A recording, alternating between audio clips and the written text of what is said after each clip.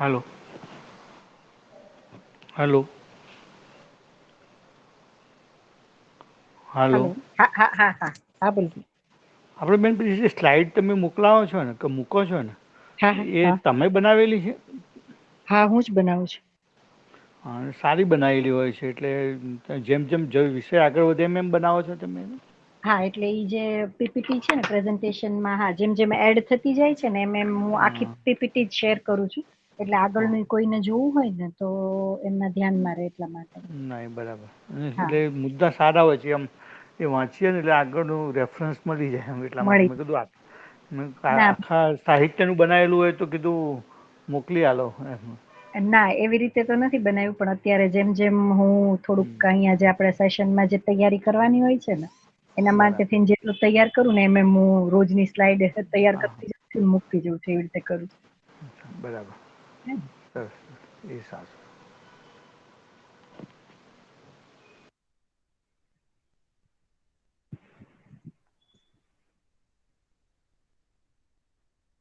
તો આપણે last time જે થોડીક વાત કરી હતી એનું એક રિવિઝન કરીએ ત્યાં સુધીમાં. બે ત્રણ જણા છે જે રેગ્યુલર જોઈન થાય છે એ લોકો આવી જશે. તો આપણે જે સંબંધોમાં જેમ આપણે સ્થાપિત મૂલ્ય કહીએ છીએ એની વિશ્વાસ જે છે સ્થાપિત મૂલ્ય અને એને આધાર મૂલ્ય પણ કે છે. વિશ્વાસ વગર કોઈ પણ સંબંધ નહીં હોય. અથવા તો વિશ્વાસ મૂલ્ય જે છે દરેક સંબંધમાં બેઝમાં હશે. બરાબર તો એ આપણને પણ ખ્યાલ છે કે કોઈ પણ સંબંધમાં અથવા તો આપણે જયારે માનવ સાથે વ્યવહાર કરીએ છીએ તો વિશ્વાસ જે છે એ મેન છે ત્યાંથી જ આપણું બોલવાનું અથવા તો એ વ્યક્તિ સાથેનો વ્યવહાર જે છે શરૂ થતો હોય છે. બરાબર તો અહિયાં પણ વિશ્વાસ જે છે એના આધાર મૂલ્ય જ કીધું છે. અને વિશ્વાસનું જે શિષ્ટ મૂલ્ય છે એને સૌજન્યતા કીધી છે. તો લાસ્ટ ટાઈમ આપણે આ થોડીક વાત થઈ હતી કે ભાઈ વિશ્વાસને આપણે જે એક બે જેની પરિભાષા હતી એના ઉપરથી સમજ્યા હતા કે ભાઈ સંબંધ અને નિર્વાહ સંબંધ અને મૂલ્ય જે છે એની નિર્વાહ અને એની નિરંતરતા. બરાબર તો જો મારામાં એ સમજ હશે સંબંધની સમજ હશે મૂલ્યની સમજ હશે ત્યારે જ હું એ નિર્વાહ કરી શકીશ એ પેલા નિર્વાહ નહીં કરી શકું. અને વિશ્વાસનું જે શિષ્ટ મૂલ્ય છે એને કીધું છે સૌજન્યતા. બરાબર તો સૌજન્યતાને જયારે સમજીએ છીએ ત્યારે એની જે પરિભાષા છે સહકારિતા સહયોગિતા પૂરકતા અને ઉપયોગિતા. બરાબર તો માણસનું જે છે શું કેવાય જે ડાયમેન્શનમાં એનું જીવવાનું જે છે એ બે પ્રકારે છે કે માણસ માણસ સાથે વ્યવહાર કરશે અને પ્રકૃતિ સાથે કાર્ય કરશે. બરાબર તો એક જગ્યાએ જે છે એ માણસને સમજવાનો છે અને બીજી જગ્યાએ જે પ્રકૃતિ છે એટલે કે બાકીની જે ત્રણ અવસ્થા છે એને સમજવાની છે. તો જયારે આ ચારેય જગ્યા એટલે કે આ ચારે ચાર અવસ્થામાં જે વ્યવસ્થા છે એને જયારે માણસ સમજી લે છે ત્યારે એના માટે થઈને આજે સહકાર છે સહયોગ છે પૂરકતા છે ઉપયોગીતા છે એ બની શકે છે એ પેલા નથી બની શકતું. બરાબર તો આપણે થોડીક વાત થઈ હતી કે ભાઈ માણસના જે જીવવાની 5 સ્થિતિ છે બરાબર વ્યક્તિ પરિવાર સમાજ રાષ્ટ્ર અને આંતરરાષ્ટ્ર. તો આ 5 સ્થિતિ અને 4 અવસ્થા એમાં રહેલી જે વ્યવસ્થા છે ને જયારે જયારે માણસ સમજે છે ત્યારે એનામાં સૌજન્યતા ઉદ્ભવે છે અથવા તો સૌજન્યશીલ માણસ બને છે અને કોઈ બીજા વ્યક્તિને અને બાકીની વ્યક્તિ સિવાયની જે પ્રકૃતિ છે એના માટે થઈને પૂરક અને ઉપયોગી બને છે. બરાબર તો આ જે વિશ્વાસનું જે શિષ્ટ મૂલ્ય છે એને આપણે આવી રીતે સમજ્યા હતા. અને એ જ વસ્તુને જયારે મારી સમજણ પૂરી થઈ છે ત્યારે એ જ વસ્તુ જે છે એ મારા જીવવામાં આવશે. તો એ જીવવામાં આવશે ત્યારે જ એ મારા આચરણમાં દેખાશે જેને કીધી છે અભિવ્યક્તિ. અને મારા આચરણમાં આવશે ત્યાર પછી જ એટલે કે મારા જીવવામાં આવ્યા પછી જ હું કોઈક બીજાની વસ્તુ સમજાવી શકીશ એ પેલા નહી સમજાવી શકું. બરાબર તો આ વિશ્વાસને આવી રીતે આપણે ગયા વખતે સમજવાનો પ્રયત્ન કર્યો હતો અને ત્યારે આ પણ મેં વાત કરી હતી કે આપણે જે વિશ્વાસ કહીએ છીએ બે પ્રકારનો વિશ્વાસ છે. બરાબર એક જે છે એ સ્કિલ પ્રત્યેનો વિશ્વાસ છે એક જે છે એ જીવવા પ્રત્યેનો વિશ્વાસ છે. તો આ બંને વિશ્વાસ અલગ અલગ છે અને બંને વિશ્વાસને જે આપણે પામવાનું છે અથવા તો સમજવાનું છે તો એને બેની ટેકનિક પણ અલગ અલગ છે. બરાબર તો આ એક વાક્ય જે છે એ પરિચય શિબિરમાં આવ્યું જશે સમજના જીના સમજાના શીખના કરના સિખાના. બરાબર તો જે સમજવું, જીવવું અને સમજાવવું જે છે એ જીવવા પ્રત્યેનો વિશ્વાસ છે. તો પહેલા મારે સમજવું પડશે, પછી એને જીવવું પડશે, ત્યારે જ હું કોઈકને સમજાવી શકીશ. જેવી રીતે આપણે સ્કિલમાં આપણે બહુ ઇઝીલી એ વસ્તુને જોઈ શકીએ છીએ કે પહેલા જે કોઈકને મારે શીખવાડવું છે એ વસ્તુને મારે શીખવી પડશે. શીખ્યા પછી હું એને વારે વારે પ્રેક્ટિસ કરીશ, અથવા તો એમ પ્રેક્ટિસ કરીને એને હું પાકું કરીશ કે આમ જ છે, અને ત્યાર પછી જ હું કોઈકને શીખવાડી શકીશ. તો સ્કિલ માટે થઈને જ્યારે આપણે લોકો બીજાને શીખવાડવા માટે થઈને પ્રયત્ન કરીએ છીએ, તો ત્યારે આ વસ્તુ આપણે આપણામાં જોઈ જ શીખીએ છીએ કે શીખવું, કરવું અને શીખવાડવું એ સ્ટેપ છે. બરાબર, ત્યાંથી એ જે કરાવવા પ્રત્યેનો અથવા તો સ્કિલનો જે વિશ્વાસ છે એ આપણામાં ડેફિનેટ થાય છે. તો એવી જ રીતે જે જીવવાનો જે વિશ્વાસ છે એ સમજણથી ચાલુ થશે. તો પેલા મારું સમજવું, પછી સમજણ પ્રમાણે જીવવું, આટલું થશે ત્યારે જ બીજાને જે સમજાવવું છે એ થઈ શકશે. બરાબર, તો મારામાં વિશ્વાસ પૂરો થયો એનો હું ક્યારે મીન્સ સાબિત કરી શકીશ? તો જ્યારે હું બીજાને સમજાવી શકું છું. બરાબર, અને બીજાને જ્યારે સમજાવું છું, જેમ કે અહીંયા આપણે એક શબ્દ દરેક વખતે યુઝ થશે જ્યારે આપણે પઠનમાં અધ્યયનમાં આગળ વધશું ત્યારે પ્રમાણિત થવું એવો શબ્દ અહીંયા યુઝ થાય છે. બરાબર, તો પ્રમાણિત થવું એનો મતલબ શું? તો કોઈ વસ્તુ મને સમજમાં આવી અથવા તો મારી સાથે મારી સામે જે પણ કોઈ એક સૂચના આવી અને એને મેં ગ્રહણ કરી અને એ પ્રમાણે મેં જીવવાનો પ્રયત્ન કર્યો. બરાબર, તો એ જીવવાનો જે મેં પ્રયત્ન કર્યો એને હું બીજાને સમજાવી શકીશ. બરાબર, હવે એ જે વ્યક્તિને મેં સમજાવ્યું છે એ જો ત્રીજી વ્યક્તિને સમજાવી શકે એ જ વસ્તુ જે મેં એને કન્વે કરી એ જ વસ્તુ એઝ ઇટ ઇઝ વેમાં એ આગળ પણ કન્વે કરી શકે, તો હું પ્રમાણિત થાઉં છું. એ પહેલા હું પ્રમાણિત નથી થતી. તો આને છે ને આપણે આમ એક રીતે કહીએ તો 3 સ્ટેપ વેરિફિકેશન છે. તો મારે જો પ્રમાણિત થવું છે અથવા તો મારામાં એ વસ્તુ ક્લિયર થઈ છે કે નહીં જો મારે જાંચવું છે, તો હું જેને સમજાવું છું એ પછીની કોઈ વ્યક્તિને જોઈ એઝ ઇટ ઇઝ સમજાવી શકે છે કોઈ પણ જાતની ભૂલ વગર. તો મારું વેરિફિકેશન થાય છે કે હું બરાબર સમજી છું. એ પહેલા વેરિફિકેશન નહીં થાય. તો અહીંયા જે છે એ 3 સ્ટેપ વેરિફિકેશન છે. બરાબર, કારણ કે આ જે કન્ટેન્ટ છે એને યુનિવર્સલ કીધું છે. બરાબર, તો યુનિવર્સલ છે એનો મતલબ જ કે એની જે એક્સેપ્ટન્સ જે છે એ કોઈ પણ જગ્યાએ ઘટશે નહીં. બરાબર, તો આ ઘટશે નહીં અને ક્યાંયથી મીન્સ એના રિજેક્શનના પણ કઈ પહેલા નહીં થાય. તો એટલા માટે થઈને આ જે કન્ટેન્ટ જે છે એ એઝ ઇટ ઇઝ જ્યારે હું મારામાં કન્વે થાય છે એવી જ રીતે હું બીજાને કન્વે કરી શકું છું, તો એ વ્યક્તિ પણ એવી રીતે જીવીને ત્રીજાને કન્વે કરી શકશે. ત્યારે મારામાં જે કન્ટેન્ટ આવ્યું હતું એ બરાબર હતું એ વસ્તુનું પ્રૂફ મળશે. બરાબર, તો આવી રીતે જે છે એ સ્કિલ પ્રત્યેનો વિશ્વાસ અને જીવવા પ્રત્યેનો વિશ્વાસ જે છે એ આપણે આપણામાં લાવી શકીશું. તો પછી આપણે વાત કરી હતી કે ભાઈ સ્કિલનો વિશ્વાસ જે છે એ પ્રેક્ટિસ કરીને આવશે, વારંવાર કરીને આવશે, અને એમાં ભૂલો થશે તો આપણે એ ભૂલ સુધારીને મીન્સ પરફેક્ટ કરી શકશું. પણ જે જીવવાનો જે વિશ્વાસ છે એ રાઈટ અન્ડરસ્ટેન્ડિંગથી જ આવશે. બરાબર, એમાં ભૂલો કરીને નહીં શીખી શકીએ. એના માટે થઈને આપણી પાસે કોઈક રેફરન્સ પોઈન્ટ હોવો જોઈએ. બરાબર, જેમ કે આપણે એમ કહીએ કે ભાઈ મારે આવા આચરણથી જીવવું છે, અથવા તો મારા સામે કોઈ એક નિશ્ચિત આચરણવાળી કોઈ વ્યક્તિ છે એ રેફરન્સ હશે ત્યારે હું એ પ્રમાણે જીવી શકીશ. તો અત્યારના સમયમાં આપણને પણ ધ્યાન છે કે ભાઈ એવી કોઈ નિશ્ચિત આચરણથી જીવતી કોઈ વ્યક્તિ આપણને નથી આપણા માટે થઈને રેફરન્સ પોઈન્ટ. તો આપણે કયા રેફરન્સથી ચાલીએ છીએ? તો આપણા સામે જે આ એક શું કહેવાય પ્રસ્તાવ આવ્યો છે જીવન વિદ્યાનો, એમાં જે માનવ્યતાપૂર્ણ આચરણ માટેના જે રેફરન્સ આપ્યા છે એને હવે એક વખત આપણે સ્ટડી કરીએ અને એ પ્રમાણે જીવવાનો પ્રયત્ન કરીએ. તો જ્યારે આ રેફરન્સ પોઈન્ટ આપણા ધ્યાનમાં રહે છે ત્યારે જે આપણી ગતિ છે એ તરફની બને છે. ત્યાં આપણે ભૂલ કરીને નહીં શીખીએ, પણ આપણે હંમેશા રેફરન્સને ધ્યાનમાં રાખીને આપણું ધ્યાન જશે કે હજી આમાં આપણું કંઈક ખૂટે છે જેના ઉપર આપણે વધારે કામ કરવાનું છે. જ્યારે સ્કિલનો વિશ્વાસ છે એમાં આપણે પ્રેક્ટિસથી કરી શકશું. બરાબર, અને ત્યાર પછી આ વાત પણ થઈ હતી કે નિશ્ચિત આચરણથી જ વિશ્વાસ દ્રઢ થાય છે, અને વિશ્વાસ જ્યાં છે ત્યાં ભય નથી. બરાબર, તો જ્યારે સમજણ પૂરી થઈ છે એનો મતલબ જ એ છે કે જે વસ્તુ જેવી છે એવી મને સમજાઈ ગઈ છે.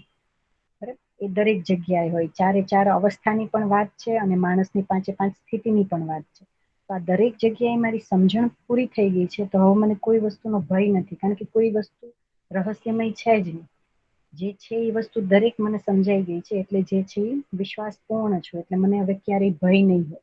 આપણને જ્યાં ભય હોય છે ને એના જો બેઝમાં આપણે જઈએ તો આપણું ધ્યાન જશે કે એની કંઈક આપણને સ્પષ્ટતા નથી, એ પર્ટિક્યુલર સ્થિતિની, પરિસ્થિતિની કે વ્યક્તિની સ્પષ્ટતા નથી, એટલા માટે આપણને એમાં ભય હોય છે. અન્યથા એ ભય ક્યારેય ના હોય. બરાબર. તો વિશ્વાસ માટેની આટલી વાત થઈ હતી, અને આની પછી આપણે થોડુંક ચર્ચા પણ કરી હતી કે ભાઈ સ્કિલનો વિશ્વાસ તો જે છે પ્રેક્ટિસથી આપણને આવી જશે, પણ આપણે જેને જીવવાનો વિશ્વાસ કહીએ છીએ કેવી રીતે આવશે, તો એના ઉપર થોડીક આપણે ચર્ચા કરતા હતા. તો મેં થોડુંક વાત આ કરી હતી અને થોડીક શરૂ કરી દઉં કે માણસનું જે મૂળ રૂપ છે એ વિચાર છે. એ પણ આપણને એક વાક્ય જે છે એ પરિચય શિબિર વખતે આપણા સામે આવ્યું હતું. તો એને કેવી રીતે સમજાય? તો માણસ કાંઈ પણ પ્રવૃત્તિ કરશે, બરાબર, તે વ્યક્તિ સાથે વ્યવહાર કરશે કે પ્રકૃતિ સાથે કાર્ય કરશે, એ દરેકના મૂળમાં જો જોશું તો કોઈ ને કોઈ વિચાર હશે. બરાબર. વિચાર વગર કોઈ દિવસ કોઈ માણસ કોઈ પ્રવૃત્તિ કોઈ ક્રિયા કરતો નહીં દેખાય આપણને. તો વિચાર જે છે એ માણસનું મૂળ રૂપ છે, અને વિચારથી જ માણસ સાથે વ્યવહાર અને પ્રકૃતિ સાથે કાર્ય કરે છે. અહીંયા સુધી આપણે વાત કરી હતી. અને થોડુંક મેં એ પણ શું કહેવાય તમારા સામે રાખ્યું હતું કે આપણે જે પ્રયત્ન અત્યાર સુધી કરીએ છીએ શું કરીએ છીએ, તો કે આ નીચેનો જે પોર્શન છે વ્યવહાર અને કાર્યવાળો, એના ઉપર આપણે વધારે ફોકસ કરીએ છીએ કે વ્યવહારમાં કંઈ પણ ગડબડી થઈ તો આપણે શું એના માટે થઈને રસ્તા ગોત્યા છે. તો એ પરિસ્થિતિ અથવા તો એ જે ઇન્સિડન્સ બન્યો એ ઘટનાને ભૂલવા માટે થઈને આપણે શું કરી શકીએ, તો ગિફ્ટ આપી દો, આપણે બહાર જમવા જતા રહીએ, થોડીક વાર વાતાવરણમાંથી બહાર જતા રહીએ, ક્યાંક ફરવા જતા રહીએ, એટલે જે આખો ઇન્સિડન્સ હતો એ ક્યાંક વિસરાઈ જાય. બરાબર. તો એ પ્રયત્ન આપણે કરીએ છીએ, એટલે પેચવર્કના કામ કરીએ છીએ. એવી જ રીતે પ્રકૃતિ સાથે પણ આપણે એ જ કરીએ છીએ. તો એકચ્યુઅલી જો આપણને ખ્યાલ આવે કે આ બંને જે પ્રોબ્લેમ છે માણસ સાથેના અને પ્રકૃતિ સાથેના, બરાબર, એનું જે મૂળ જે છે એ આ વિચાર છે. બરાબર. આ જો આપણું ધ્યાન જાય છે તો આપણે હવે વિચાર ઉપર કામ કરવાનું શરૂ કરીએ છીએ. કારણ કે જો એક વખત વિચાર એટલે કે માનસિકતા ઉપર જો કામ થશે તો આ બંને જગ્યાએ વ્યવહાર અને કાર્ય જે છે એ બહુ ઇઝીલી આપણાથી હેન્ડલ થઈ શકશે. બરાબર. કારણ કે જે પ્રોબ્લેમ છે એ માનસિકતાનો છે, વ્યવહાર અને કાર્યનો નથી. બરાબર. તો અહીંયા સુધી આપણી વાત થઈ હતી, અને અહીંથી હવે હું ત્યારે મેં વાત કરી હતી કે ભાઈ આપણે તો હવે વિચાર જે મને આવે છે એના મૂળમાં મારે જવું પડશે કે આ વિચાર ક્યાંથી આવે છે. બરાબર. તો એના સોર્સ સુધી આપણે જવું પડશે. તો અહીંયા સુધી જે ચર્ચા થઈ હતી લાસ્ટ ટાઈમ, એમાં કોઈને કંઈ પ્રશ્ન હોય તો આપણે પહેલા ચર્ચા કરી લઈએ, પછી અહીંથી હું આગળ વધું.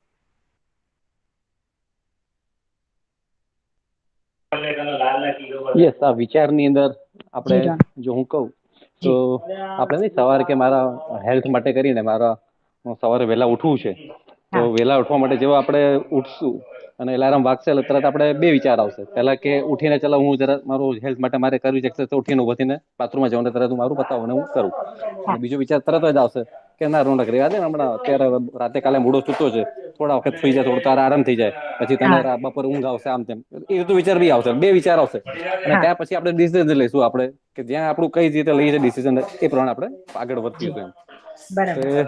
બનતું જ હોય છે લાગે છે. હે ને. તો ટૂંકમાં આપણું જો ધ્યાન જાય કે કોઈ પણ પ્રવૃત્તિ કોઈ પણ ક્રિયા કરશું ને એની પાછળ બેઝમાં વિચાર છે અથવા તો એક માનસિકતા છે, ત્યાંથી જ આ બધું ચાલુ થાય છે. તો આપણે એના ઉપર કામ કરી શકશું. કારણ કે હું જેમ કહું કે ભાઈ અમે સ્ટુડન્ટ સાથે જયારે આના ક્લાસ લઈએ ને તો અમે લોકોને પૂછતા હોઈએ છીએ કે ગુસ્સો જે છે, ગુસ્સા માટે થઈને તમે લોકો શું સમજો છો, એની પાછળ કોઈ વિચાર હોય છે કે નથી હોતો? આ પ્રશ્ન અમે લોકો એ લોકો સામે રાખતા હોય છે. કારણ કે એ જે એજ છે એ એવી છે કે એ લોકોને ગુસ્સો બહુ જલ્દી આવી જાય છે. એ લોકોનું નહીં, આપણા માટે પણ આ જ વસ્તુ લાગુ પડે છે. બરાબર. તો અમે લોકોની સામે એવી રીતે રાખીએ છીએ કે ગુસ્સા માટે થઈને તમે લોકો શું સમજો છો, ગુસ્સો જે છે એમાં વિચાર છે કે નહીં? તો પહેલો તો પ્રતિભાવ એ જ આવે છે કે ના, ગુસ્સો જ્યારે હોય ને ત્યારે વિચાર હોતો જ નથી. બરાબર. એ અચાનક જ આવી જાય, એના પાસે થઈને કઈ વિચારવું ન પડે કે મારા આના માટે થઈને ગુસ્સે થવું છે કે નથી થવું. અને આ પરિસ્થિતિ બની ગઈ. ઘણી વખત એવું બને કે ભાઈ અચાનક જ કોઈકની સાથે સ્કૂટર અથડાઈ ગયું, તો તરત જ આપણને ગુસ્સો આવી જાય છે. તો એમાં ક્યાં મેં કોઈ જાતનો વિચાર કર્યો, બરાબર. આવા બધા જવાબ એ લોકો પાસેથી આવતા હોય છે. ત્યારે અમે એમનું ધ્યાન દોરાવીએ છીએ કે ભાઈ ગુસ્સો જે છે એ એક તો નેચરલ છે કે નહીં, એના ઉપર આપણે ફોકસ કરીએ.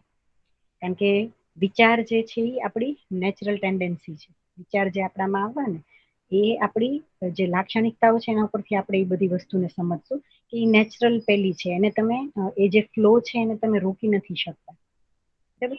તો હવે ફરી ગુસ્સાને આપણે જોઈએ તો ગુસ્સો કેવો છે, આપણને નેચરલ પેલી લાગે છે કે નેચરલી એક્સેપ્ટેડ નથી થતું એમ. તો ફરીથી એ લોકોનો જવાબ એવી જ રીતે આવતો હોય છે કે ભાઈ ના, એ કઈ આપણને કરવો ગમતો નથી, પણ એ તો પરિસ્થિતિ એવી હોય ને વ્યક્તિ એવી હોય ને તો ગુસ્સો આવી જાય છે, બરાબર. તો અમે ફરીથી એમનું ધ્યાન દોરીએ કે ઓકે, જો કોઈ નેચરલ વસ્તુ હશે, જેમ કે આપણે એમ કહીએ કે ભાઈ એકદમ મન શાંત છે, એ સ્થિતિમાં રહેવું મને કેટલી વખત ગમે છે, તો તરત જ જવાબ આપણામાંથી પણ એ જ જવાબ આવે કે ભાઈ એમાં તો તમને જેટલી વખત બેસવા મળે એટલો વખત આપણને એમ લાગે હું એ જ સ્થિતિમાં બેસું, બરાબર. તો એ શું કહેવાય, આર્ગ્યુમેન્ટ અથવા તો એ તર્ક ઉપરથી આપણને ખ્યાલ આવે છે કે ગુસ્સાની સ્થિતિમાં આપણે જાજો સમય રહી નથી શકતા. તરત જ આપણને એમ થાય છે કે હવે રિઝોલ્વ કરીને આમાંથી બહાર નીકળીએ, બરાબર. બહુ લાંબો સમય તમે એમાં રહી શકો એવું તમને નથી, તો એ નેચરલ તો નથી જ, બરાબર. એટલા માટે જ આપણને એક્સેપ્ટ પણ નથી. આ દરેક વસ્તુને આપણે આવી રીતે પણ જોઈ શકીએ. તો એ એક્સેપ્ટ નથી એનો મતલબ જ એ કે નેચરલ નથી, બરાબર. પછી બીજું એમની સામે પેલું રાખીએ કે ભાઈ ચલો, કોઈ વ્યક્તિ કે કોઈ પરિસ્થિતિના હિસાબે મને ગુસ્સો આવે. હવે આપણે એમ કહીએ કે એ ગુસ્સાની પાછળ ક્યારેય વિચાર નથી હોતો, એ બધું અચાનક થતું હોય છે, બરાબર. એમાં કઈ વિચારનો પાર્ટ છે નહીં. તો અમે એમની સામે ફરીથી એક સિચ્યુએશન રાખીએ કે ભાઈ એવી કોઈ વ્યક્તિ હતી જેના પ્રત્યે મને રોષ હતો ને મારી સામે આવી અને એને કંઈક એવું વર્તન કર્યું કે મને એમ થયું કે મારા હાથમાં જે પણ વસ્તુ છે ને એને ફેંકીને મારું, બરાબર. એટલું બધી હદે ગુસ્સો આવી ગયો. તો હવે મારા હાથમાં ધારો કે આઈફોન છે અને બાજુમાં એક ગ્લાસ પડ્યો છે, બરાબર, અને એની બાજુમાં મારો આઈફોન પડ્યો છે. હું કઈ વસ્તુ ઉપાડીને મારીશ? તો તરત જ બધાનો જવાબ આવશે કે ભાઈ આઈફોન તો ન જ ફેંકું ને, હું ગ્લાસ જ ફેંકું. તો ત્યાં અમે લોકોનું ધ્યાન દોરાવીએ છીએ કે આ તમને દેખાણું કે તમે જે ફ્રેક્શન ઓફ સેકન્ડમાં જે નિર્ણય લીધો એ પણ વિચાર જ હતો કે ભાઈ આઈફોનને ન ફેંકાય, બરાબર. એ વ્યક્તિ ભલે ગમે એટલો એના ઉપર રોષ હોય તો એ આઈફોન હું ન ફેંકું, ગ્લાસ ફેંકી શકું, બરાબર.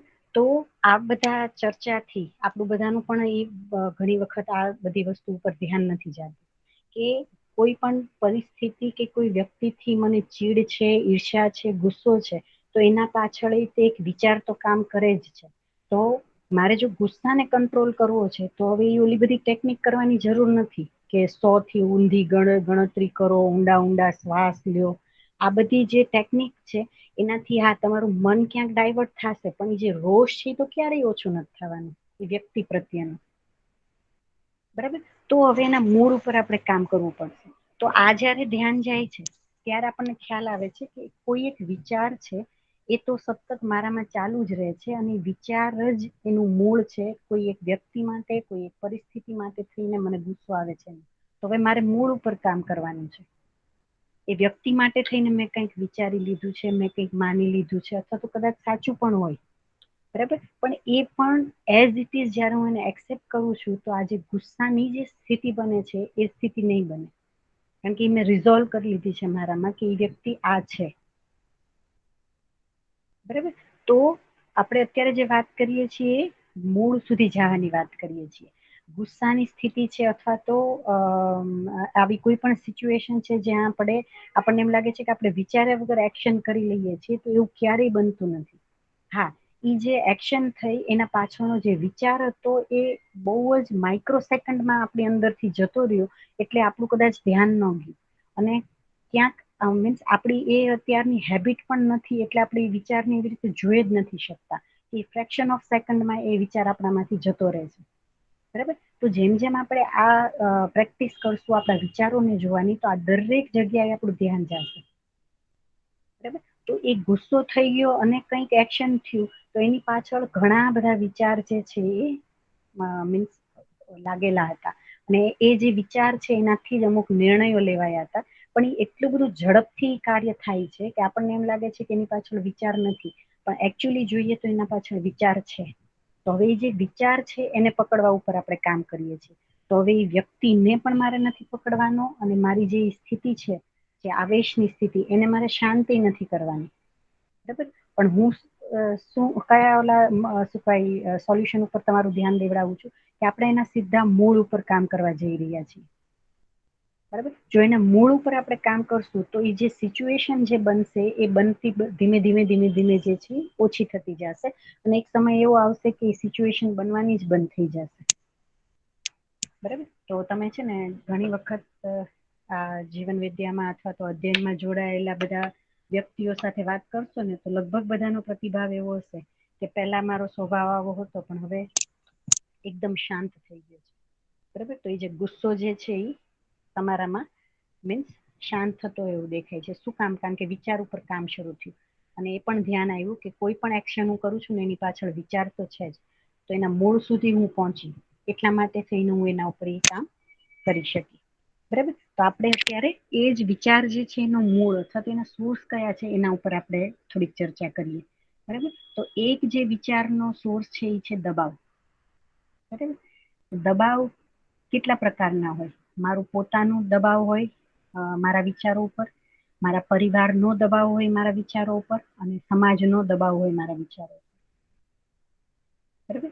જેમ કે હું મારા પોતાના વિચારો ઉપર દબાવ કેવી રીતે નાખું છું?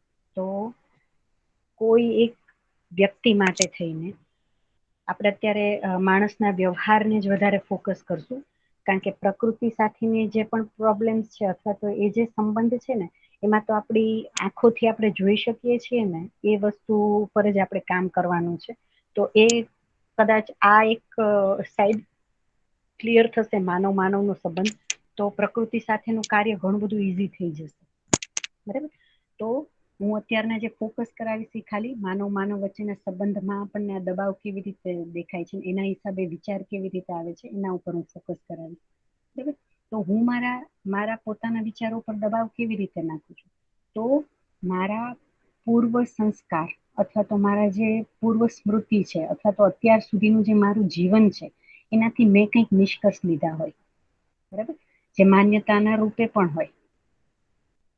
તો હું એવી રીતે વિચારવા માટે થઈને મારી પોતાની જાતનું હું દબાણ કરું છું. જેમ કે આપણે અમુક કાસ્ટ માટે થઈને અમુક ફ્રેમ બનાવેલી હોય છે.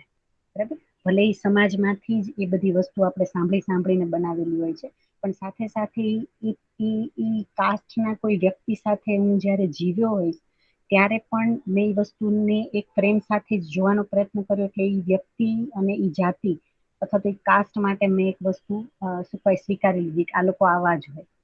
બરાબર. તો મારો જે વિચાર છે અથવા તો મારું જે વિચારવાનું છે એના ઉપર હું આ પ્રકારના ઘણા બધા દબાણો નાખું છું. કોઈ વ્યક્તિ માટે ના હોય, કોઈ સ્થિતિ પરિસ્થિતિ માટે ના હોય, કોઈ જ્ઞાતિ માટે ના હોય, કે કોઈ પણ XYZ હોય. બરાબર. પછી એક પ્રકારનું એવું પણ મીન્સ આપણામાં આપણે આપણા વિચારો પર દબાણ કરતા હોય છે. ઘણી વખત પોઝિટિવ પણ એને પેલા કરી શકાય કે ભાઈ મારા માટે થઈને સામેનો જે વ્યક્તિ જે છે એ સંબંધીના રૂપમાં સ્વીકૃત છે, તો એની કોઈ પણ બિહેવિયર એને હું ટોલરેટ કરીશ. બરાબર. આ પ્રકારનું દબાણ પણ આપણે લેતા હોઈએ છીએ, કારણ કે ત્યાં મને સંબંધની સ્વીકૃતિ છે એટલે મેં જે એનું જે અવ્યવહાર્ય એટલે કે અમાનવીયપૂર્ણ જે વ્યવહાર હતો એને પણ મેં સ્વીકૃત કર્યો અથવા તો એને મેં સહમતિ આપી. બરાબર. તો બે પ્રકારના દબાણ આપણે જોઈ શકીએ કે એક પોઝિટિવ હોય છે, એક નેગેટિવ હોય છે. અમે જ્યારે બાળકો સાથે કોલેજના સ્ટુડન્ટ સાથે વાત કરીએ તો એને કેવી રીતે વાત કરીએ છીએ કે ભાઈ એક સિચ્યુએશન એવી છે કે ભાઈ ચલો આજે અમારા આખા ગ્રુપે નક્કી કર્યું કે ભાઈ આજે ક્લાસ બંક કરીને પિક્ચર જોવા જવું છે. બરાબર. તો સ્વાભાવિક છે કે એ જે સ્ટુડન્ટ હોય એમાંથી કોઈ એક સ્ટુડન્ટ એમ હોય કે ના આજનો લેક્ચર તો આપણા માટે બહુ ઇમ્પોર્ટન્ટ છે એક્ઝામ માટે થઈને, તો આપણે ભરીએ. પણ એ આખા ગ્રુપના દબાણમાં હોય કે જો એ ગ્રુપમાં સાથે હા નહીં પાડે તો એને ગ્રુપમાંથી દૂર કરી દેશે.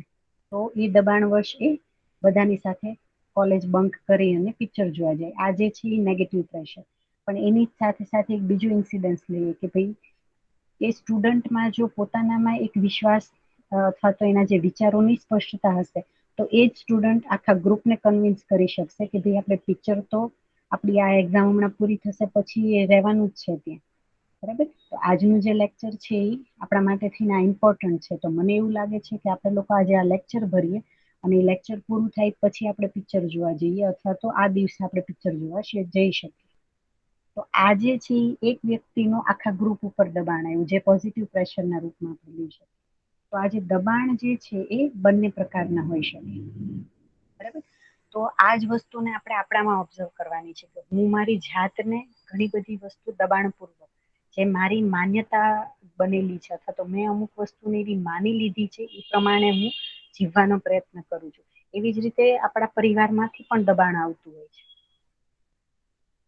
બરાબર. તો પરિવારના જે વ્યક્તિઓ છે એના તરફથી પણ આ વસ્તુનું દબાણ હોય છે આપણા વિચારો ઉપર, કે ભાઈ જેમ કે હું એમ કહું કે ભાઈ હું એક પત્ની છું, એક માં છું, એક દીકરી છું, એક બહેન છું. બરાબર.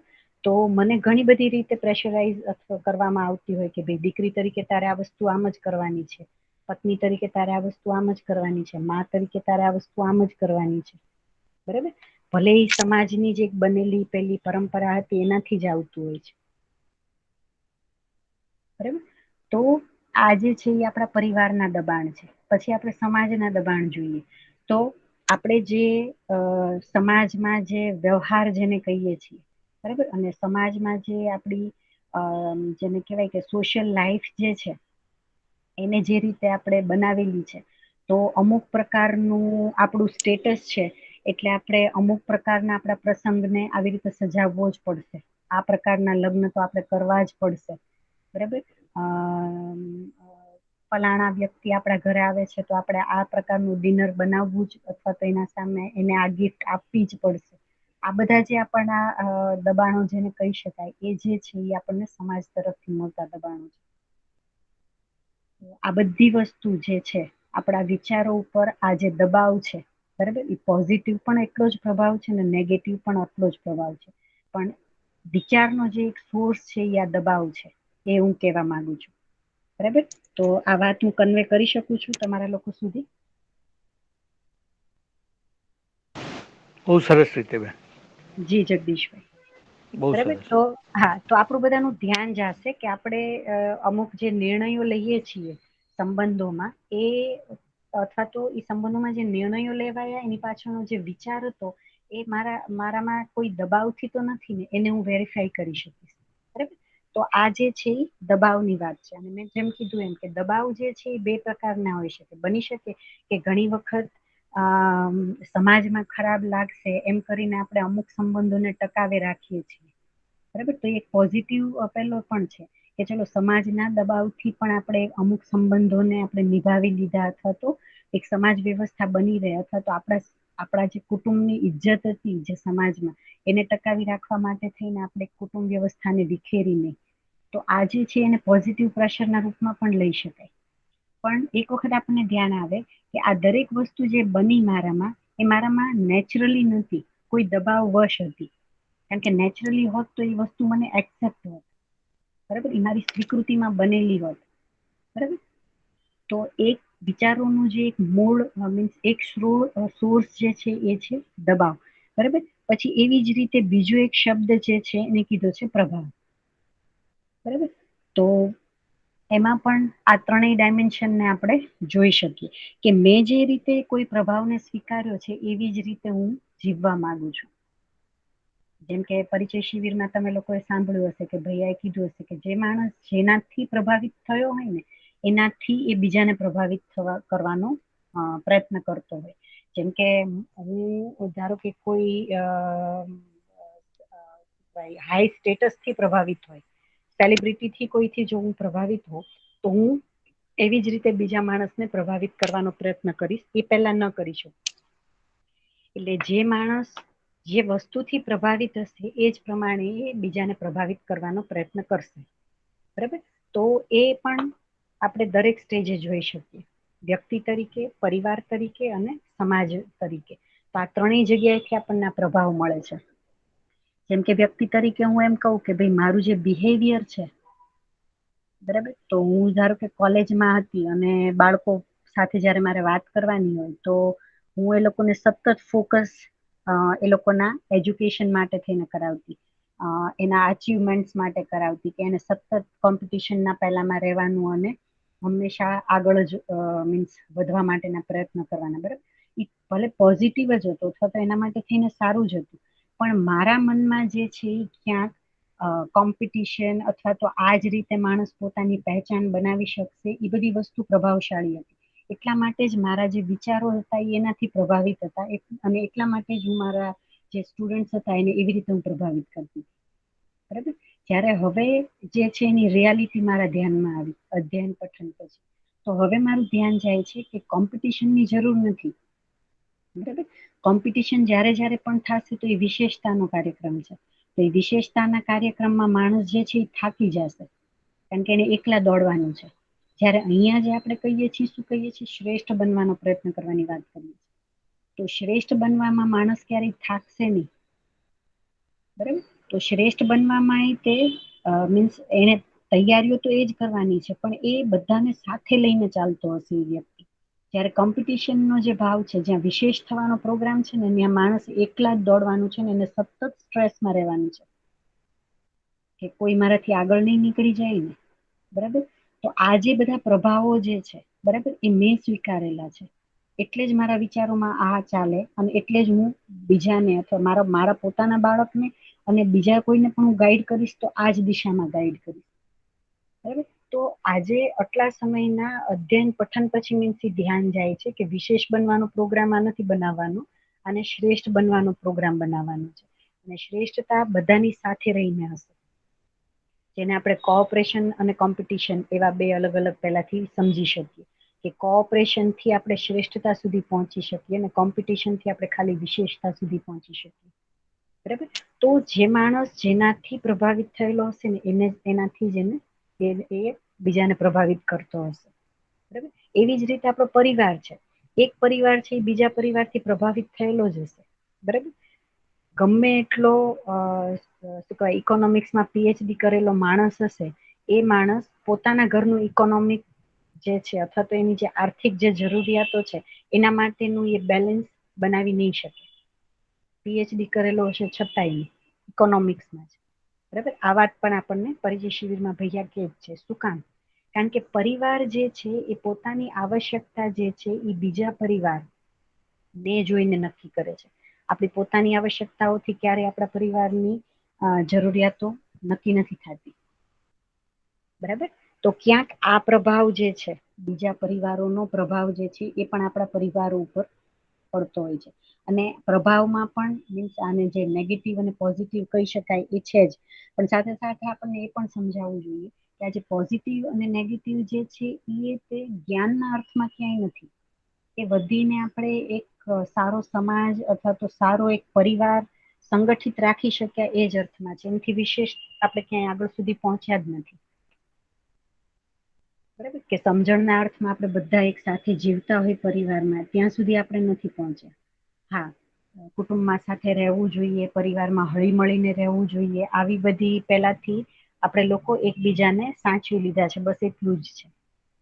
બરાબર, તો ભૈયા જે ત્રણ અલગ અલગ પેલી કે છે કે ભાઈ સંવેદનહીનતામાંથી આપણે સંવેદનશીલતામાં છીએ, પણ ત્યાંથી જે હજી સંજ્ઞાનશીલતા સુધી પહોંચવાનું છે એ યાત્રા બાકી છે. બરાબર, અને એવી જ રીતે ત્રીજો જે પ્રભાવ છે એ સમાજનો પ્રભાવ. બરાબર, તો અમે આજે ક્લાસરૂમમાં જયારે બાળકો સાથે વાત કરતા હોય ને ત્યારે અમે લોકો થોડુંક એના લેવલે જઈને વાત કરીએ. તો હું આ બધા ઉદાહરણો એટલા માટે થઈને મૂકું છું તમારા બધાના સામે, કે આપણે આપણા બાળકો સાથે જયારે આ બધી ચર્ચાઓ કે એવું કરતા હોઈએ તો આપણા બધાના રીતે ધ્યાનમાં રહે કે એ લોકોના લેવલે જઈને આપણે આ વસ્તુને કેટલી ક્લિયરલી જોઈ શકીએ છીએ. તો અમે સ્ટુડન્ટ સાથે વાત કરતા હોઈએ કે ભાઈ આપણે આખા દિવસમાં આપણા આંખની સામેથી જો ટીવી સામે આપણે બેસતા હોઈએ તો ઓછામાં ઓછી 40,000 થી 50,000 જેટલી એડ્સ આપણી આંખ સામેથી એડવર્ટીઝમેન્ટ જે છે એ પસાર થતી હોય છે. બરાબર, અને એ એડવર્ટીઝમેન્ટમાંથી મેસેજ શું હોય છે? તો મેસેજ ખાલી એટલો જ હોય છે કે તમારા વાળ બરાબર નથી, આંખ બરાબર નથી, સ્કિન બરાબર નથી, કપડાં બરાબર નથી, બૂટ બરાબર નથી, પર્સ બરાબર નથી, લિપસ્ટિક બરાબર નથી. બરાબર, આ જ બધી વસ્તુઓ તમારા સામે વારે વારે બતાડવામાં આવે છે, અને એનાથી ખાલી પ્રભાવ એટલો જ પાડવામાં આવે છે કે તમે કોઈ રીતે પરફેક્ટ નથી, હવે અમારી પ્રોડક્ટ વાપરશો ને એટલે તમે પરફેક્ટ થઈ જશો.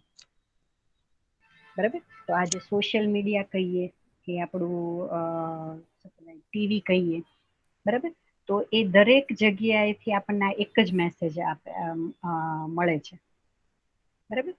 તો અમે એ લોકોનું ધ્યાન એવી રીતે દોરાવીએ છીએ કે ભાઈ કોઈ એવી કંપની એ કેવી રીતે મારું સ્ટેટસને નક્કી કરી શકે કે હું બરાબર નથી એમ.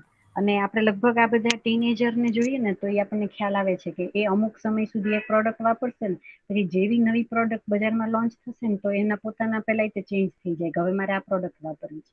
કેમ કે અમારી સાથે એક સ્ટુડન્ટે શેર કર્યું હતું કે સર આ જો લેક્ચર મેં ભર્યા ને તો મારો છે ને મહિનાનો ખર્ચો ઘટી ગયો. તો પછી અમે એની પાસે શેરિંગ કરાવ્યું કે ભાઈ કેવી રીતે તારો ખર્ચ ઘટ્યો. કે અત્યાર સુધી છે ને મારે એવું હતું કે ભાઈ હું દર 2-3 મહિને છે ને મારી હેરસ્ટાઈલ ચેન્જ કરતો. અને મારી હેરસ્ટાઈલ એવી હોય કે મને જોઈને આમ બધા એવી રીતે કે આ તારી હેરસ્ટાઈલ તું ક્યાંથી આવી રીતે બધી ગોતી આવે છે. એટલે મેં એના માટે થઈને મીન્સ હેરસ્ટાઈલને મારા સ્ટેટસ સાથે મેં એને જોડી દીધું હતું. અને એ હું એવી શોધી આવતો કે જે બધા શું કહે બોલીવુડ હોલીવુડના જે હીરો હોય એની જે હોય સ્ટાઇલ એ સ્ટાઇલ. તો એમાં મારે બહુ હેરકટમાં પૈસા જતા. પણ જયારે કે તમે લોકોએ આ બધી વાત કરી તો મને ધ્યાન ગયું કે ભાઈ હું ક્યાંક કોકના પ્રભાવમાં છું. અને મારા સન્માન ને મારા સ્ટેટસને મેં આવી રીતે ક્યાંક મારા વાળના ઓલા સાથે અને એ વાળની કોઈ પ્રશંસા કરે એની સાથે મેં જોડેલું છે. તો હવે મને ધ્યાન જાય છે કે હું કેટલો ખોટો ખર્ચો કરતો હતો. એ ખર્ચો મેં બંધ કરી દીધો. બરાબર. તો આ બધી જયારે વાતો કરીએ છીએ ત્યારે આપણને પણ આપણું પણ ધ્યાન જાય છે કે આપણે સમાજના પણ કેટલા બધા પ્રભાવમાં છીએ. મીન્સ કે આપણે તમે વિચાર કરો કે આપણે જે આપણું ઘર બનાવ્યું, બરાબર, એ ઘર જે બનાવ્યું એ આપણા ઘરની આવશ્યકતા, ઘરમાં રહેતી વ્યક્તિઓની આવશ્યકતા ખાલી એટલું જ જોઈને નક્કી કર્યું હતું કે સમાજને જોઈને પણ આપણે ઘરની ડિઝાઇન જે છે મીન્સ એનું જે એલિવેશન કહેવાય એ બધું નક્કી કર્યું હતું. બરાબર. તો આવી જ રીતે આ તો મકાન છે. પણ આપણે આ દરેક જગ્યાએ આપણે બધી વસ્તુને એક પછી એક મૂકી શકીએ. કપડા, ગાડી, મોબાઈલ, આપણી કોઈ પણ વસ્તુ જે છે એ આ કોઈ જાતના પ્રભાવ વગર મારી આવશ્યકતા હતી અને મેં ખરીદી છે એવું ક્યાંય બને છે? આપણે આપણામાં જ જોવાનું છે આ વસ્તુ. તો લગભગ કોઈ જગ્યાએ આપણે એમ નહીં કહી શકીએ કે ના આ વસ્તુ તો મને ગમતી હતી અથવા તો મારી આ આવશ્યકતા હતી ને એને એ પૂરી કરે છે એટલે મેં ખરીદી છે. ક્યાંક ને ક્યાંક કોઈક ને કોઈક પ્રકારના આપણે દબાવ પ્રભાવમાં આ વસ્તુને આપણામાં શું કહેવાય આપણા વિચારોમાં એને મૂકી દીધી છે. એટલે એના પ્રમાણે આપણે વિચારવાનું શરૂ કરી દીધું છે. તો આપણે જે વિચાર જેને કહીએ છીએ માણસનું મૂળ રૂપ, એના ઉપર આ જે બે જે છે એ દબાવ અને પ્રભાવ, જેનાથી આપણે ક્યાંક ડ્રીવન છીએ. તો આ બે જે વસ્તુ મેં કીધી એમાં ત્યાં સુધીમાં જો કોઈને એવું કંઈ લાગતું હોય કે ભાઈ આ કંઈક આપણે હજી વધારામાં ચર્ચા કરીએ, નહીં તો પછી જે ત્રીજો જે એનો સોર્સ છે જે હોવો જોઈએ, બરાબર, એના ઉપર આપણે ધ્યાન અપાવીએ.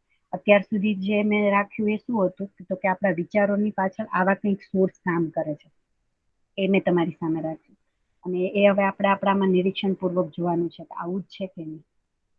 જેમ કે હું કોઈક મોલમાં જાઉં છું, બરાબર, અત્યારે તમે મોલ કલ્ચર છે, તો એક રીતે જોઈએ ને તો કેટલો બધો ઊંડાણથી માણસના મગજનો સ્ટડી કરવામાં આવ્યો છે. બરાબર. મોલ કલ્ચર એટલા માટે થઈને આવ્યું કે તમારા આંખો સામે જ્યારે બધી પ્રોડક્ટ આવી રીતે મૂકવામાં આવે ને તો તમારે જોઈએ છે એ પ્રોડક્ટ તો આપણે ખરીદવાના જ છીએ, પણ ન જોઈતી પ્રોડક્ટ આપણે ખરીદીને આવીએ છીએ કે આપણને ભવિષ્યમાં કામ લાગે. બરાબર. તો મીન્સ એક જે વિચાર એવો હતો કે ભાઈ માણસો વધારે ને વધારે કન્ઝ્યુમ કરતા કેવી રીતે થાય જેનાથી ઇકોનોમી બૂસ્ટ થાય. બરાબર. એ એક વિચાર હતો અને એને જ શું કહે પુશ કરવા માટે થઈને આ જે મોલ કલ્ચર છે એ લેવામાં આવ્યું. અને બધા લેડીઝ જેન્ટ્સ કોઈ પણને આપણે મીન્સ અત્યારે જે આપણે જેટલા લોકો જોડાયેલા છે આપણે ચર્ચા કરીને તો ખ્યાલ આવશે કે તમે મોલમાં જઈને આવો ને તો આપણે જેટલી જરૂર હતી એ વસ્તુ જેનું લિસ્ટ બનાવ્યું હતું તો આવે જ છે, એની સાથે બે ત્રણ વસ્તુ તો એવી આવે છે જે આપણે અત્યારે નહોતી જોઈતી. આ ખરીદી થાય જ છે. આ કરીએ છીએ કે નહીં?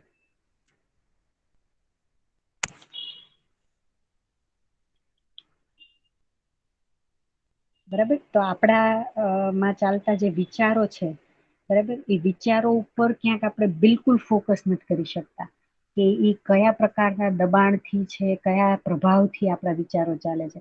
આખું જે માર્કેટ જે છે, બરાબર, એ માણસના મગજનો અથવા તો માણસનું જે બિહેવિયર છે ને, એનો બહુ વ્યવસ્થિત સ્ટડી કરીને ઊભો કરવામાં આવેલું માર્કેટ છે.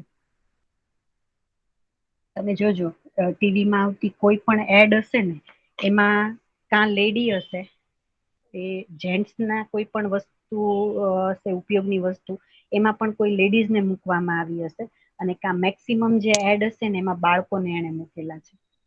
આ પણ એક મીન્સ પ્રૂવ થયેલી પેલી છે કે માણસને જે છે તમે કોઈ એક સુખની પેલીથી જ શું કહેવાય દોરી શકો, બરાબર.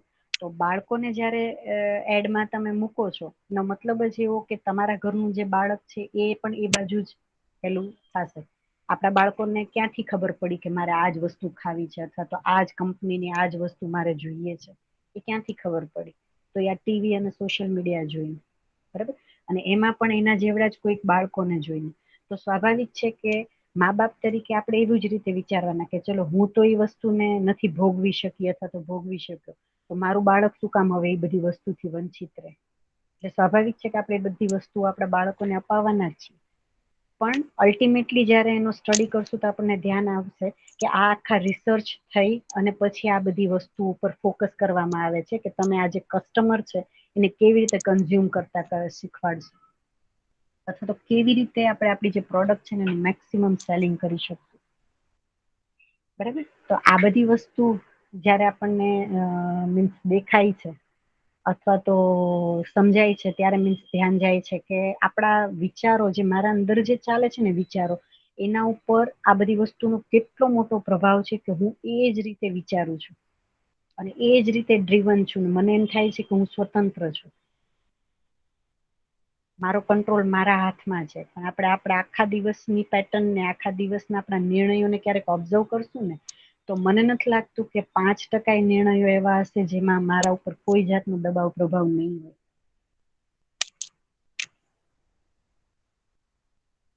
તો શું લાગે છે, બહુ વધારે નથી બોલી ગઈ ને હું? બરાબર લાગે છે આ બધી ચર્ચા?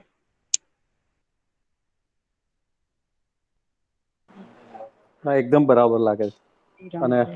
અમે બી કહીએ ને, આમાં હજી પાપા પગથિયું જ ભરી રહ્યા છે. એટલે અમે બી તમારા વિદ્યાર્થી બરાબર જ છે, ભલે ઉંમરની અંદર કદાચ વધારે છીએ, પણ આજે તમે હા છોકરા બાળકોને જે સમજાવો એ સમજાવો છો તો થોડું વધારે ક્લિયર થઈ રહ્યું છે. સારું લાગે છે. હા, કારણ કે આ બધી વસ્તુને છે ને આપણે આપણામાં બહુ ઓબ્ઝર્વેશનમાં લેવાની છે.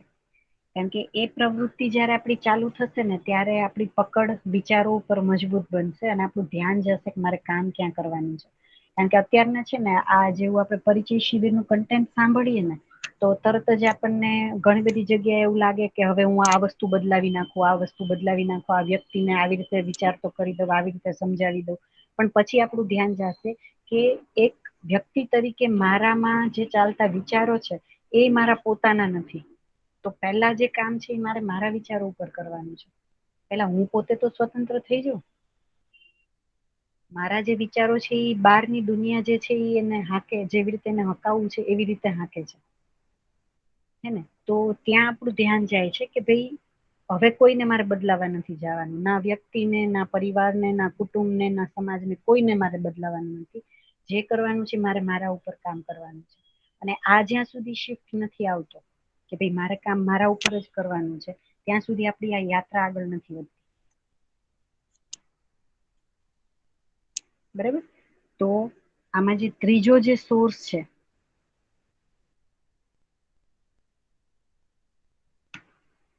બરાબર, એને કીધો છે સ્વભાવ. તો આપણે બહુ રૂટીન આપણા ઓલામાં જે સ્વભાવની વાત કરીએ છીએ એ સ્વભાવ અહીંયા નથી કીધો, પણ મૂળ સ્વભાવની અહીંયા વાત છે, જેને કીધું છે નેચરલ એક્સેપ્ટન્સ. બરાબર? જે આપણે શું કહેવાય, ચિત્તના લેવલે જે ચિત્રણની મેં વાત કરી હતી કે ભાઈ મારા જે ચિત્રણ છે એ માન્યતાના આધારે છે કે નેચરલ એક્સેપ્ટન્સના આધારે છે, એ મારે જોવાનો પ્રયત્ન કરવાનો છે. એટલે કે એવી વસ્તુ જે યુનિવર્સલ છે, પ્રેક્ટિસેબલ છે, એપ્લિકેબલ છે, વેરીફાયેબલ છે, એવી કોઈ વસ્તુ છે એને કીધો છે સ્વભાવ, જે માણસનો મૂળ સ્વભાવ છે. બરાબર.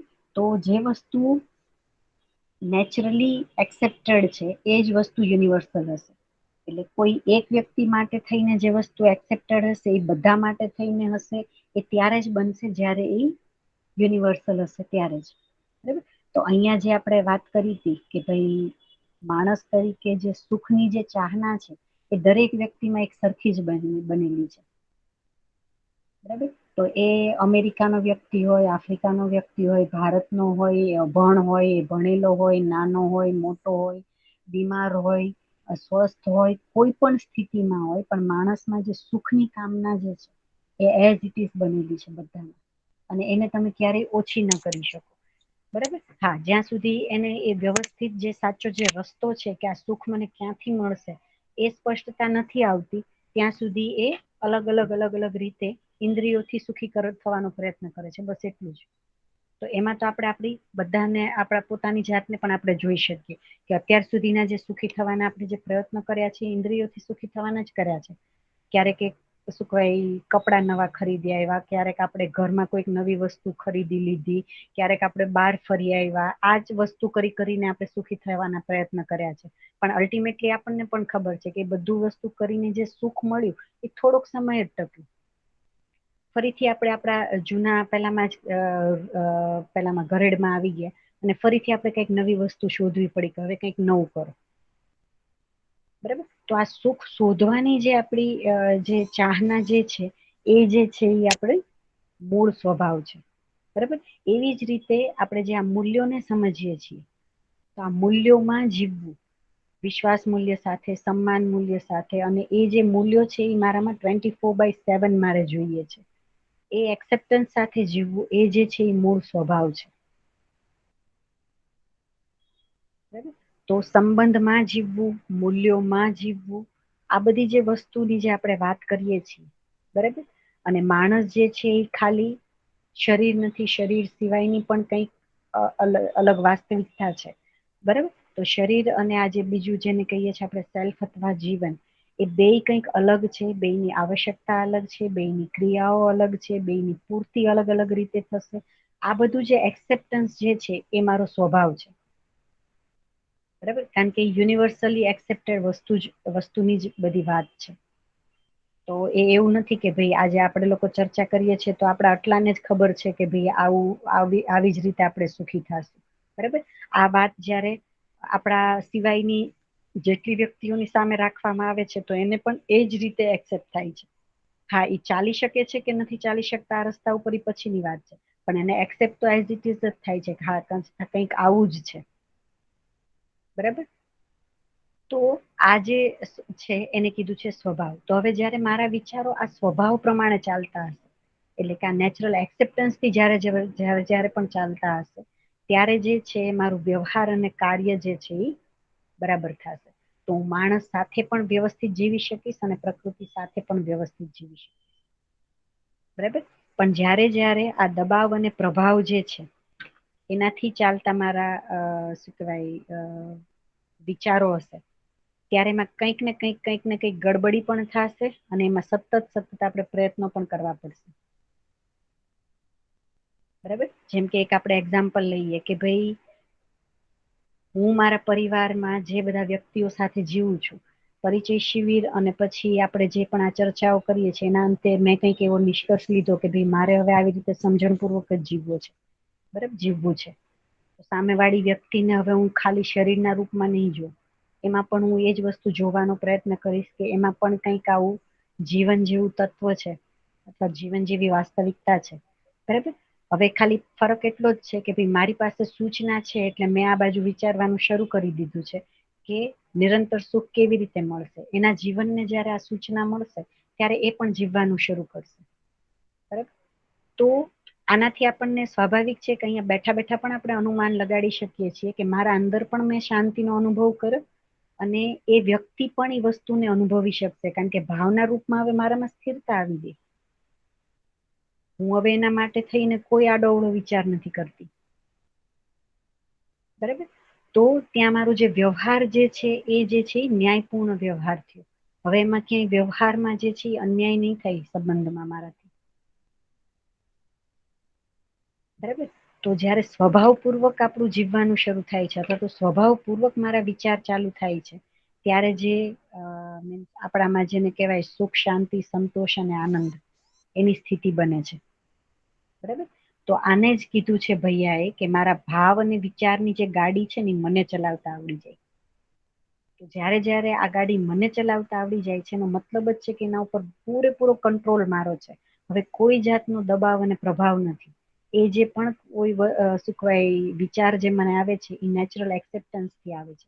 તો હજી આનાથી પણ ઉપર એક કમ્પોનન્ટ છે જેને કીધું છે સમજ. જ્યારે જ્યારે મારી સમજ પૂરી થાય છે તો એ સમજના આધારે વિચાર બને છે અને વિચારના આધારે વ્યવહાર અને કાર્ય થાય છે, બરાબર? તો આપણે જે અત્યારના પ્રયત્ન કરીએ છીએ આ જ છે, બરાબર?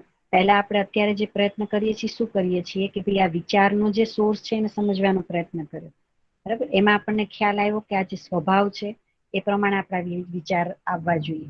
તો આ સ્વભાવ કેવી રીતે મારો બનશે? તો ત્યાં આપણું ધ્યાન જાય છે કે આ જે સમજ છે એ જેમ જેમ પૂરી થશે એમ એમ મારા વિચાર જે છે એ સ્વભાવ પ્રમાણે થશે. તો આ સમજ પૂરી થવી એટલે શું? બરાબર? તો સમજ પૂરી થવી એટલે શું એ પણ આપણને પ્રશ્ન આવે. તો ફરીથી માણસના જે જીવવાની 5 સ્થિતિઓ છે એમાં વ્યવસ્થાનું જે સ્વરૂપ છે વ્યક્તિ, પરિવાર, સમાજ, રાષ્ટ્ર અને આંતરરાષ્ટ્ર, આ 5 જગ્યાએ જે વ્યવસ્થા છે એને સમજવી. અને 4 અવસ્થા જે છે પદાર્થ અવસ્થા, પ્રાણ અવસ્થા, જીવ અવસ્થા અને જ્ઞાન અવસ્થા, આ 4 અવસ્થાઓમાં વ્યવસ્થાને સમજવી.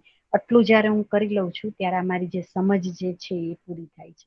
એ પેલા સમજ પૂરી ન થાય, બરાબર? તો સમજ પૂરી થવી એનો એક મતલબ એ પણ કરી શકાય કે જે વસ્તુ જેવી છે એવી એઝ ઇટ ઇઝ હું એને જોઈ શકું.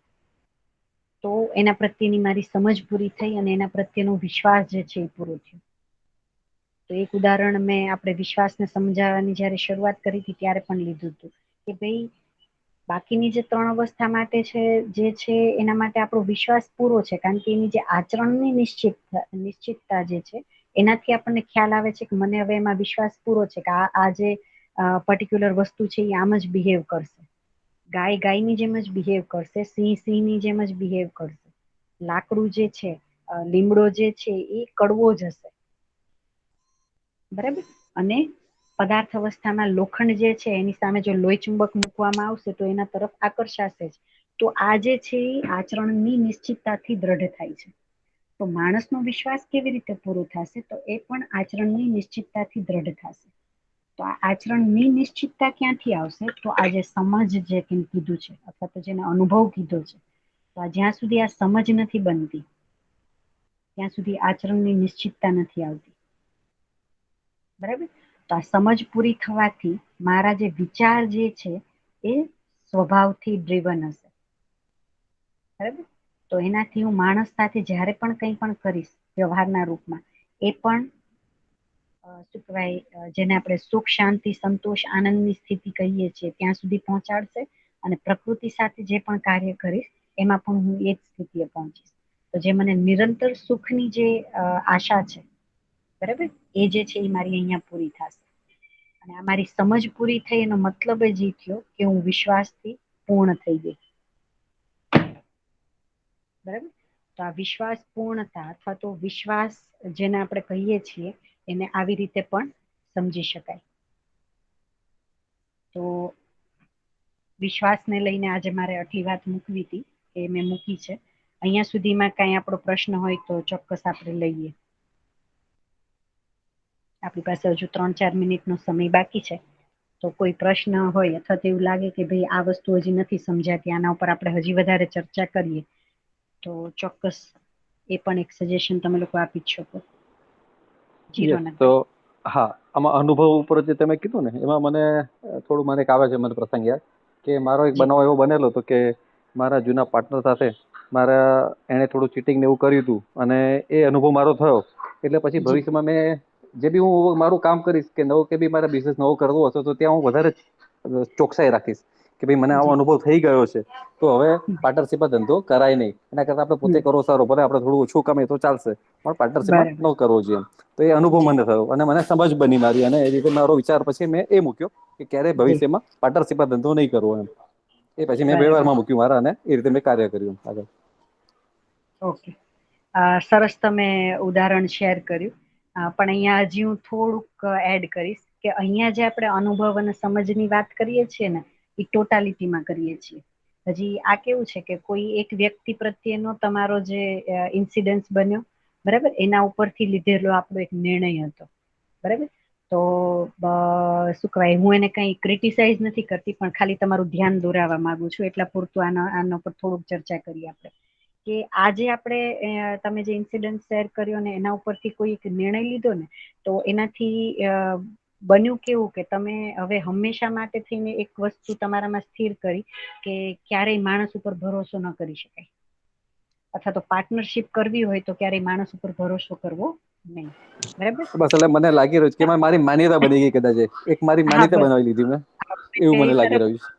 દોરાવવા માંગતી હતી કે ભાઈ એ ટોટાલિટીમાં આપણે નથી જોયું. આપણે એ જગ્યાએ પછી આખી માનવજાતને મૂકી દીધી. જ્યારે આપણે અહીંયા આપણે શેને કહીએ છીએ, અથવા તો અહીંયા જે આપણે વાત કરીએ છીએ શેને કહીએ છીએ, તો કે માણસ જે છે એ ભરોસાને પાત્ર તો છે જ, પણ એ ક્યારે, તો એ જ્યારે સમજથી પૂર્ણ થઈ જશે ત્યારે જે છે એનું નિશ્ચિત આચરણ થશે, એટલે માણસ જે છે એ ભરોસા પાત્ર થઈ જશે, બરાબર. તો હવે જે બીજી વ્યક્તિ છે ને એના પ્રત્યે મને ઘૃણા નહીં થાય. હવે ખાલી એટલું જ થશે કે ઓકે, હું જે યાત્રામાં છું એ યાત્રામાં જ એ પણ છે, અને મારી યાત્રા જેમ પૂરી થશે અને હું નિશ્ચિત આચરણમાં આવીશ ત્યારે બધાનો મારા પ્રત્યેનો જેમ વિશ્વાસ બનશે, એની યાત્રા જ્યારે પૂરી થશે ત્યારે એના તરફની પણ બધાને જે શું કહેવાય સમજ છે અથવા તો વિશ્વાસ છે એ પૂરો થશે, બરાબર. હવે આ તમે જે વસ્તુ શેર કરી એનાથી મને એમ લાગે કે એક જગ્યાએ ક્યાંક આપણું પેલું તેવું બની જાય છે પરસેપ્શન, જે તમે કીધું, તમે તો સ્વીકારે કરી લીધો કે અમારી ક્યાંક માન્યતા બની ગઈ છે, બરાબર. તો એક બહુ સારી સ્થિતિ કહેવાય. તો મીન્સ આપણું એક પરસેપ્શન જે બીજી વ્યક્તિને જોવાનું હોય છે ને, એ એક કોઈ એક ઇન્સિડન્સ, એક ઘટનાને કારણે આપણું જે બની ગયેલું હોય છે ને, પછી આપણે એ જ ફ્રેમમાં દરેક અજાણ્યા વ્યક્તિઓને ક્યારેક મૂકવા માંગતા હોઈએ છીએ, બરાબર. તો અહીંયા તો આપણે ટોટાલિટીમાં એને જોવાનો પ્રયત્ન કરીએ છીએ. એટલે આ વસ્તુ તમે સરસ તમારા જાતમાં જોઈ શક્યા. આવી જ રીતે આપણે દરેક ઘટનાના નિષ્કર્ષને આપણામાં જોવાનું છે કે ક્યાંક મેં કોઈક માન્યતા નથી બનાવી લીધી ને, એ આપણા પરિવારના પોતાના જ સભ્યો હોય અથવા તો સમાજમાં કે એવા કોઈ સંપર્કમાં આવેલા વ્યક્તિઓ હોય, એના હિસાબે પણ આપણે ઘણી વખત આ બનાવેલી મીન્સ આપણી માન્યતાઓ હોઈ શકે. તો હું ખાલી એટલું જ ધ્યાન દોરાવવા માંગુ છું કે આજે આપણે સમજ કહીએ છીએ ને, એ યુનિવર્સલ સમજની આપણે વાત કરીએ છીએ. ઘટનાઓથી કોઈ બનેલી પહેલી નહીં, પણ જે સમજ એવી કે એને શું કહેવાય, કોઈ પણ કાળમાં બદલાતી નથી, કોઈ પણ જગ્યાએ બદલાતી નથી, અને સમયનું કોઈ એને બંધન નથી કે ભાઈ ભૂતકાળમાં તો આ નિયમ બરાબર હતો પણ હવે ક્યાંય અત્યારના લાગુ ન પડે. જો એવું કંઈ થતું હોય તો એ જે છે એ સમજ નથી. તો અહીંયા આપણે એ વાત કરીએ છીએ. એટલે તમારું એ મને ખૂબ ગમ્યું કે તમારું તરત જ ધ્યાન ગયું કે આ ક્યાંક મેં બનાવી લીધેલી માન્યતા છે. તો સરસ મને લાગે છે આપણી ચર્ચા થઈ. તો આજની ચર્ચા આપણે અહીંયા સુધી રાખીએ, અને હજી આ વિશ્વાસ ઉપર જ મેં હજી થોડુંક કન્ટેન્ટ રેડી કર્યું છે. તો આપણા પરમ દિવસના સેશનમાં એના ઉપર થોડુંક ચર્ચા કરી અને પછી સન્માન મૂલ્યને આપણે સમજશું. બહુ જ સરસ, બરાબર. તો એકદમ બહુ જ સરસ. જગદીશભાઈ, થેન્ક યુ. તો અહીંયા સુધી આપણે રાખીએ અને આપણે પરમ દિવસે ફરીથી મળીએ. નમસ્તે બધાને. નમસ્તે.